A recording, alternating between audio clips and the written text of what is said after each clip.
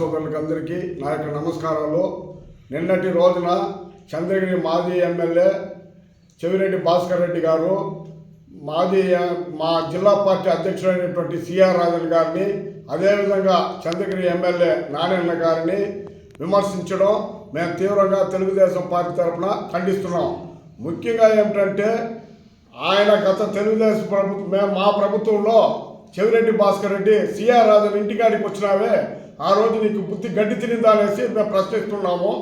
అదేవిధంగా ఒక బీసీ అయినటువంటి నాయకుడు తెలుగుదేశం పార్టీలో గుర్తించి ఆయనకి తెలుగుదేశం పార్టీ అధ్యక్ష పదవి ఇచ్చిన దానికి నీకేమైనా అక్కసిగా ఉందా?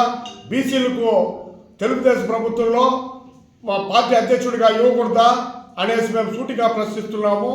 అదేవిధంగా గత ప్రభుత్వంలో మీరు చంద్రగిరి ఎమ్మెల్యే అయినటువంటి నారాయణ గారిని ఎన్ని చిత్రహింసలు పెట్టారు, వాళ్ళ కుటుంబాన్ని వాళ్ళ భార్య పైన ఎన్ని దాడులు చేశారు, దీనంతా ప్రజలు గుర్తించుకునేసి మిమ్మల్ని తిరస్కరించి ఆయన భారీ మెజార్టీతో చంద్రగిరి నియోజకవర్గం నుండి ఎన్నికైనారు.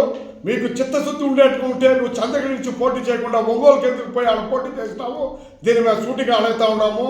ఎప్పుడు కానీ ప్రజలు ప్రతి ఒక్కదాన్ని గమనిస్తూ ఉంటారు.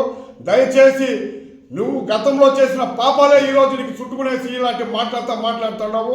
తెలుగుదేశం వాళ్ళని మాట్లాడుతుంటే నీకు పుట్టుగతులు కూడా ఉండదానికి తీవ్రంగా ఖండిస్తున్నాము.